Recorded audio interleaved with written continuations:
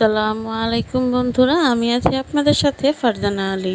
আর আজকে আবারও নিয়ে চলে আসলাম আরও একটি ইউনিক রেসিপি নিয়ে, পাউরুটির চপ। আর এই পাউরুটির চপ বানাতে কিন্তু আমাদের বেশি কিছু লাগছে না, ঘরোয়া কিছু উপকরণ দিয়ে আমরা আজকে তৈরি করব আমাদের এই পাউরুটির চপ বা পকোড়া। তো পাউরুটির চপে তো পাউরুটি থাকছেই, তার পাশাপাশি থাকছে পেঁয়াজ কুচি, কাঁচামরিচ কুচি, আর থাকছে পুদিনা পাতা কুচি। পুদিনা পাতা কুচিটা অবশ্যই অপশনাল, যদি আপনাদের হাতের কাছে না থাকে তাহলে দেওয়ার দরকার নেই। তবে অবশ্যই আপনারা কিন্তু এখানে ধনেপাতা কুচিটাও ইউজ করতে পারেন। তো আমার হাতের কাছে যেহেতু ছিল না, সেহেতু আমি ধনেপাতা কুচিটাকে অ্যাভয়েড করে গেলাম। তো দেখতেই পাচ্ছেন বন্ধুরা, আমি প্রথমে রুটিগুলোকে ভালোভাবে পানিতে ভিজিয়ে নিচ্ছি। তারপর হাতের সাহায্যে খুব ভালোভাবে মেখে নিলাম, আর অতিরিক্ত যে পানিটা ছিল সেটাকে আমি ঝরিয়ে নিলাম। তো এখন আমি আপনাদের দেখানো সবগুলো উপকরণ একে একে এই রুটির সাথে মিশিয়ে ভালো করে মেখে নেব। তো দেখতেই পাচ্ছেন বন্ধুরা, আমি প্রথমে পেঁয়াজ কুচি নিয়ে নিয়েছি, আর নিয়ে নিয়েছি স্বাদ মতো লবণ। এখন এই লবণ দিয়ে পেঁয়াজ কুচিটাকে খুব ভালোভাবে মেখে নিয়ে তারপর পাউরুটির সাথে মিশিয়ে নেব। তারপর একে একে বাকি উপকরণগুলো সব দিয়ে দেব। আর তার পাশাপাশি আমি এখানে দিয়ে দিচ্ছি হাফ টিস্পুন ধনিয়া ফাঁকি, হাফ টিস্পুন মরিচের ফাঁকি এবং হাফ টিস্পুন হলুদ ফাঁকি। তাছাড়াও স্বাদ এবং ঘ্রাণের জন্য এখানে দিয়ে দিচ্ছি আমি মাংসের মশলা।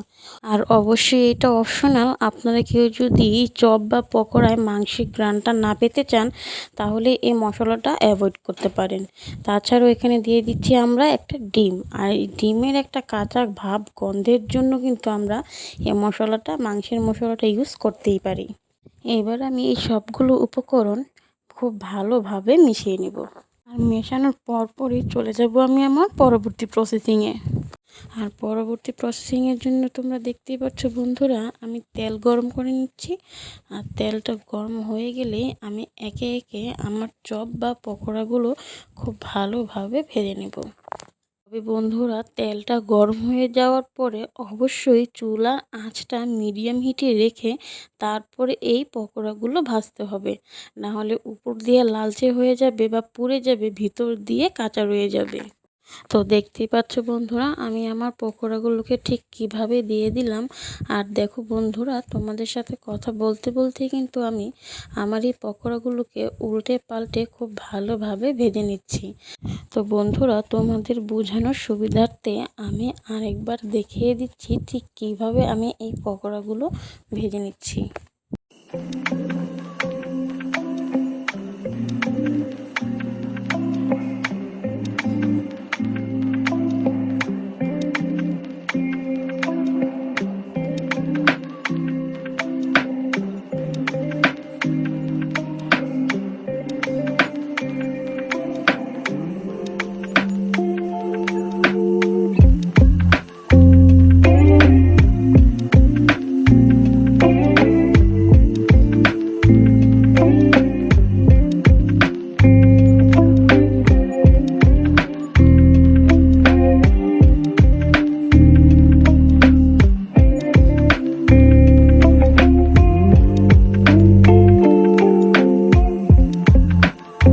দেখতেই পাচ্ছ বন্ধুরা, তৈরি হয়ে গেছে আমার গরম গরম বিকেলের নাস্তায় পাউরুটির চপ বা পকোড়া, যা বিকেলের চায়ের সাথে কোনো তুলনাই হয় না।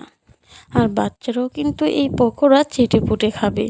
তো বড়দের আর বাচ্চাদের আলাদা আলাদা নাস্তা তৈরি করার কোনো ঝামেলাই থাকবে না। তো বন্ধুরা, আমার এই ছোট ছোট রেসিপিগুলো তোমাদের কাছে ঠিক কেমন লাগে তো অবশ্যই আমাকে কমেন্টে জানাতে ভুলবে না। আর আমার এই ছোট ছোট ঘরোয়া রেসিপিগুলো যদি তোমাদের মন থেকে ভালো লেগে থাকে তাহলে অবশ্যই আমার চ্যানেলটাকে একটা সাবস্ক্রাইব করে দিও। তো বন্ধুরা, আমি ফারজানা আলী আজকের মতো বিদায় নিচ্ছি। তোমরা সবাই ভালো থেকো, সুস্থ থেকো। আর অবশ্যই আমার চ্যানেলে লাইক সাবস্ক্রাইব করে আমার পাশে থেকো, কারণ তোমরা তো জানোই তোমাদের একটা লাইক আর সাবস্ক্রাইব আমাকে নতুন নতুন ভিডিও বানাতে অনুপ্রেরিত করে। সবাই সুস্থ থেকো, ভালো থেকো, আর অবশ্যই আমার চ্যানেলের পাশে থেকো।